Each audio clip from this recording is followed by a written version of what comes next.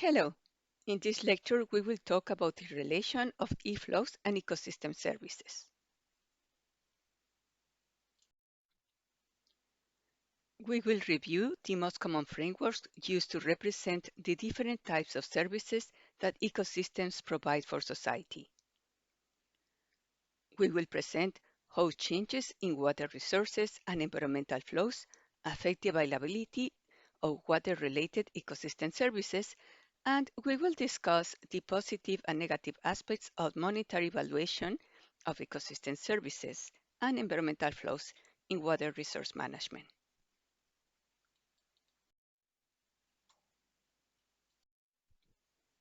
The concept of ecosystem services has been used for decades by ecologists to describe how the function and structure of ecosystems determines the tangible and intangible services and goods that ecosystems provide for society. The ecosystem structure and processes results from the interaction among biotic and abiotic components of the ecosystem. This determines ecosystem functions, which refer to the capacity of ecosystems processes to generate goods and services for humans. When these services are used is when we refer to ecosystem services. The tangible services are often considered goods, while the intangible are considered services. The idea of ecosystem services is useful to show how humankind's survival depends on maintaining the functioning and structure of ecosystems and biodiversity. The degradation of natural systems, for example, reducing their extension, extinguishing species of polluting water, soil, and air, reduces the capacity of the ecosystems to keep functioning and maintain the processes that make life possible, including human life. For example, filtration of water through the layers of the soil and the assimilation of compounds dissolved in water by plants results in water of a specific quality and quantity that flows through rivers and can be stored in lakes. A river supplies water that can be used directly for human consumption as a good, but also can have a non-consumptive use as a service, just by being in the environment, as it could be the case of a waterfall whose sound and view can help people feel relaxed. An environmental component or feature can provide various types of services. The same waterfall also provides other services like cooling and humidifying the air when it is flowing, influencing air temperature.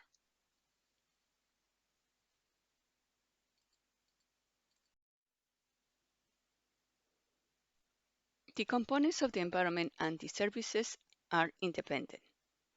A component of the environment, such as land, water, or vegetation, can produce ecosystem services, but it depends on other components and the services that they provide. The vegetation cover is an active component in the water cycle, influencing runoff and river flows. Water and sediment regimes are characterized by different properties, such as the quality, quantity, frequency, duration, velocity, and timing of the flow. The combination of these characteristics vary among river systems and determine the conditions that will define the habitat for other living components of the environment. For example, the soil determines the biotic communities that can be established in a certain area. And these communities are composed of aquatic or semi-aquatic, terrestrial, or vegetation fauna. River flows are related to different ecological processes and influence the environment beyond the river bank, from the headwaters to the water bodies in which they drain. This is the case of lakes or deltas in coastal areas.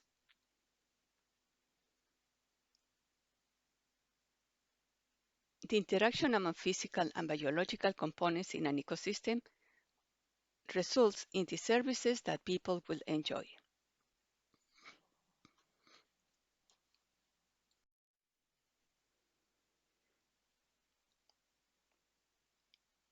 The dependency of humans on the environment has brought to the attention of decision makers that the quality of the environment is important for the well-being of people. Well-being is defined as the state of being comfortable, but it involves much more. Well-being covers all the aspects that contribute to the realization of individual and collective goals for physical, economic, mental, and spiritual fulfillment. Water is essential for life and for terrestrial and aquatic ecosystem services to function. In that way, they can provide the services that will sustain society and economic development.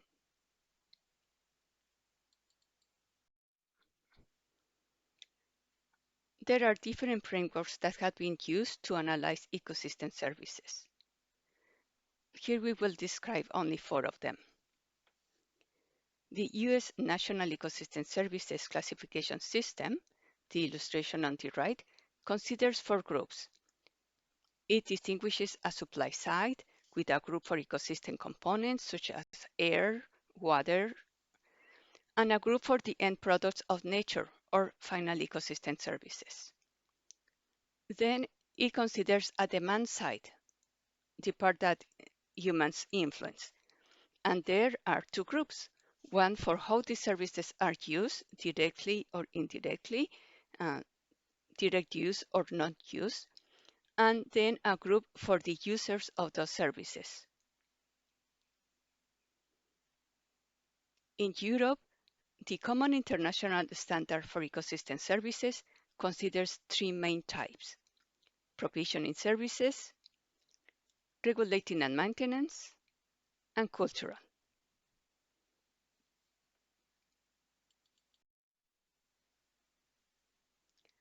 The Millennium Ecosystem Assessment Framework popularized the concept of ecosystem services and their relation with human well-being. The classification includes tangible and intangible services and classifies all of them in four groups. Supporting services are those that correspond to processes determining ecosystems' resilience and function.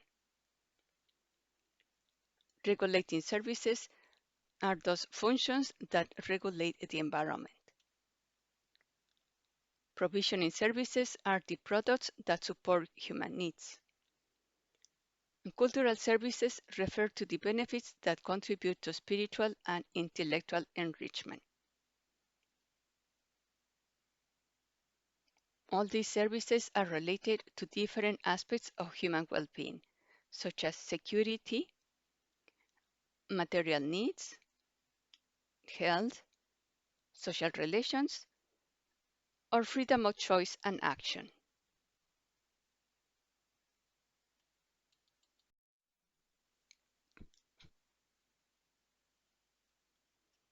There are different pressures affecting aquatic ecosystems, and the services that they provide are declining. The European Commission reports that hydromorphological change, pollution, and over-abstraction are the main factors affecting water bodies in Europe.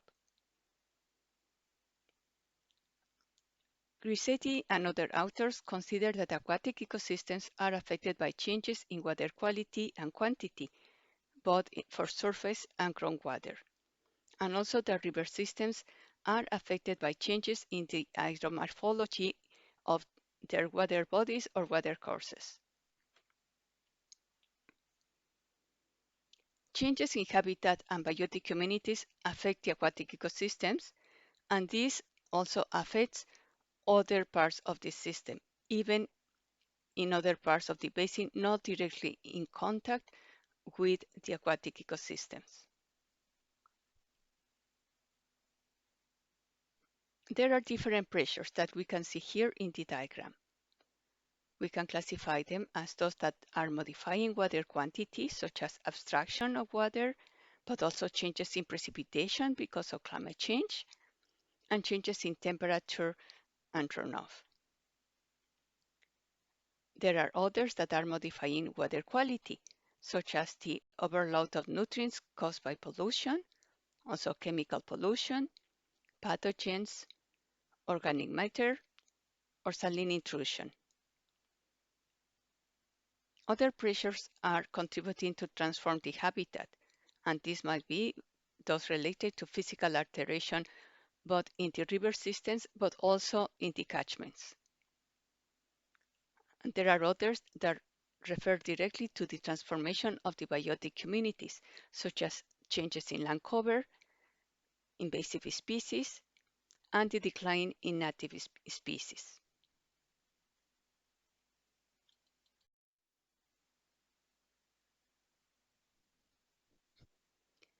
The framework proposed by the European Union uses the driver, pressure, state, impact, and response model to show the interaction between the socioeconomic and ecological subsystems. Ecosystems represent the supply side, and the socioeconomic system the demand side. So on the demand side, we can see that human well-being results from the use of ecosystem services, and the benefits influence the value given to them. Ecosystem services contribute to different aspects of human well-being, and some of these services are valued monetarily, others in non-monetary terms. The interest to increase the monetary or non-monetary benefits is the driver behind human activities that become the pressures that are changing the state of the ecosystems, resulting in negative impacts on specific components or the environment in general. These impacts are changes in the supply of ecosystem services, and if the services become scarce, their value could increase. To control the negative impacts, society needs to respond through changes in policies or laws to manage the supply and demand, especially the demand. These can be through changes in governance structures and social processes to engage stakeholders in discussions to set specific goals for environmental protection and human development. Agreeing in management objectives for water and other resources is not enough if there are no changes in attitudes and values given to ecosystems and their services.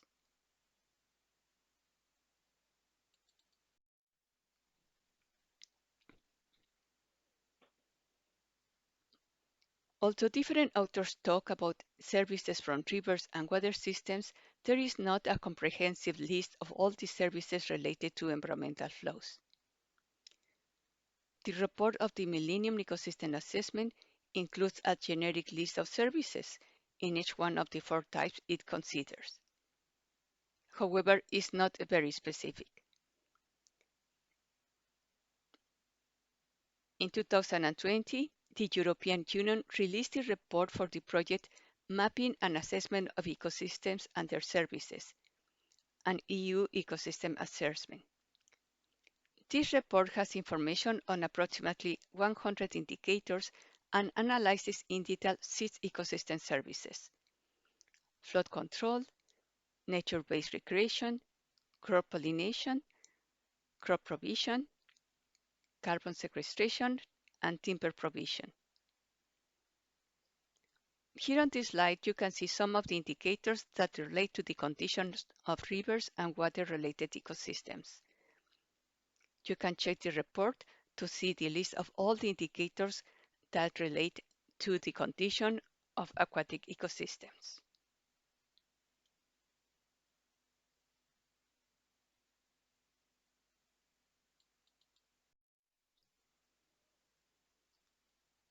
The Niger Delta in Mali illustrates how human livelihoods are linked to the natural flow regime.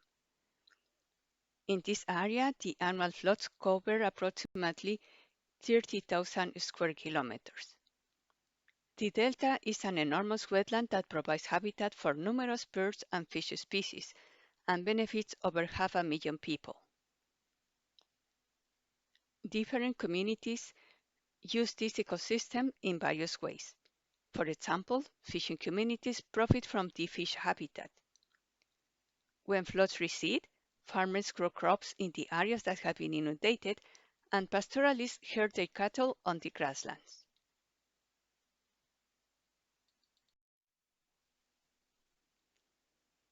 In Bangladesh, the Sundarban mangrove area depends on freshwater inflows from the Gorai River and offtake of the Ganges River.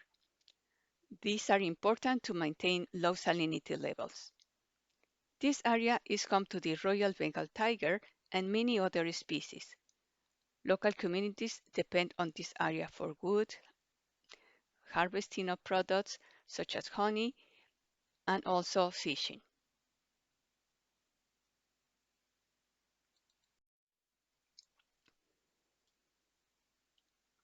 Valuation of ecosystem services aims to determine how the trade-offs and distribution of impacts on different groups and areas are addressed in decision-making. This is related to intra- and intergeneration equity. Valuation is an important but controversial aspect of ecosystem services assessment because valuation tries to find the monetary worth of services.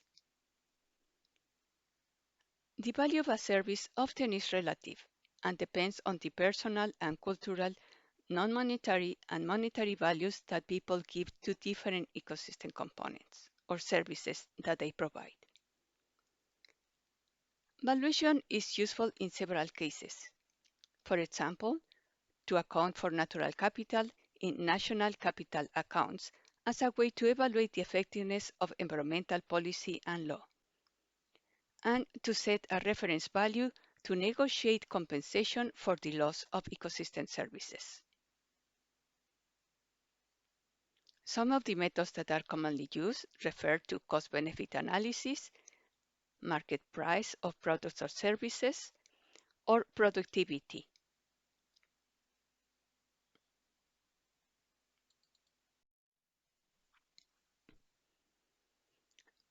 There are specific guides to apply valuation methods for ecosystem services. These are some of the common methods. Market price method estimates economic values for ecosystem products or services that are bought and sold in commercial markets. Productivity methods estimate the economic value of ecosystem products or services that contribute to the production of other commercially marketed goods. The hedonic pricing method estimates economic values for ecosystems or environmental services that directly affect market prices or some other goods. It is most commonly applied to variations in housing prices that reflect the value of local environmental attributes. The travel cost method estimates economic values associated with ecosystems or sites that are used for recreation. It assumes that the value of a site is reflected in how much people are willing to pay to travel to visit that site. Damage cost avoided and replacement cost and substitute cost methods estimate economic values based on costs or of avoided damages resulting from loss of ecosystem services, the cost of replacing ecosystem services, or the cost of providing substitute services. The contingent valuation method estimates economic values for virtually any ecosystem or environmental services. It's one of the most commonly used methods for estimating non-use or passive use values. It consists of asking people to directly state their willingness to pay for specific environmental services based on hypothetical scenarios. One of the sites that provide information on these valuation methods is ecosystemvaluation.org.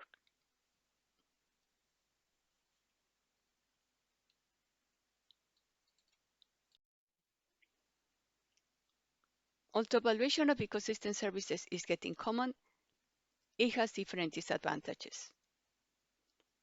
Valuation methods focus mostly on provisioning services and are unable to capture the tangible and intangible values of many ecosystem services. Many people consider it even unethical or inappropriate to try to give a monetary value to services that are not valuable. For example, those that relate to the culture and spirituality of different groups. An indigenous man from the Caribbean gave me an example. For some people, a fish from the river can be replaced with canned fish from the supermarket. For an indigenous person, that, that fish might fill the stomach, but will never fill the spiritual void of losing the river and the ability to teach children how to fish, or how to pass them the stories that make the river an intrinsic part of the individual and the community. So losing ecosystem services affects the physical, spiritual, and mental well-being of individuals and communities, not to mention all the different ecological implications. It is important to highlight that the loss of cultural and spiritual values and services cannot be mitigated.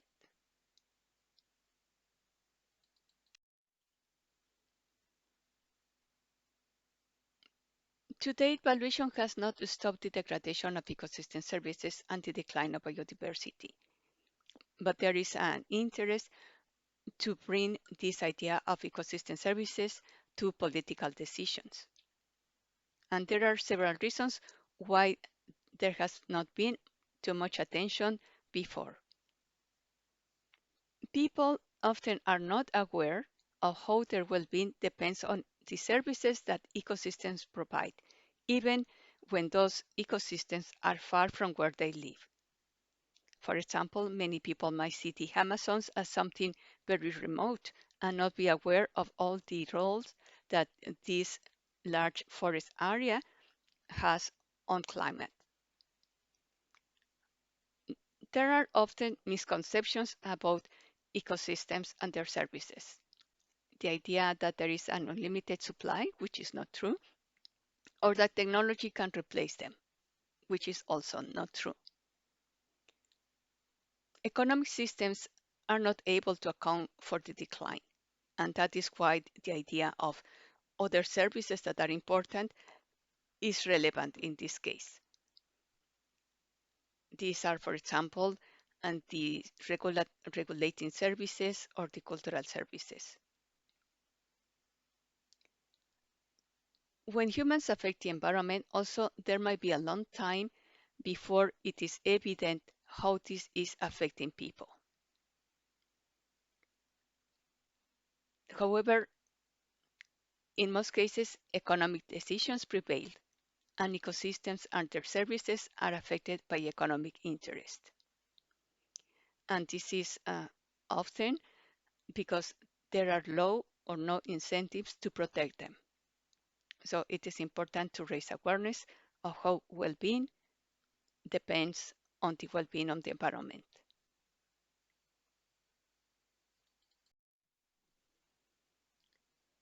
We are concluding this presentation, and there are a few points that I would like to highlight.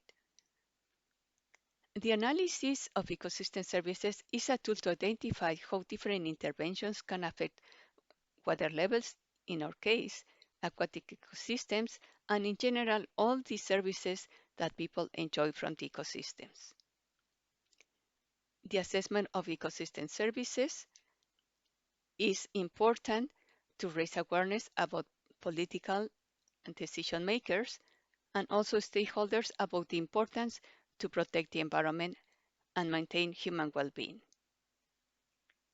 Valuation is one aspect of ecosystem assessment, but the main purpose should be to help parties understand the trade-offs that will result from modifying terrestrial and aquatic ecosystems.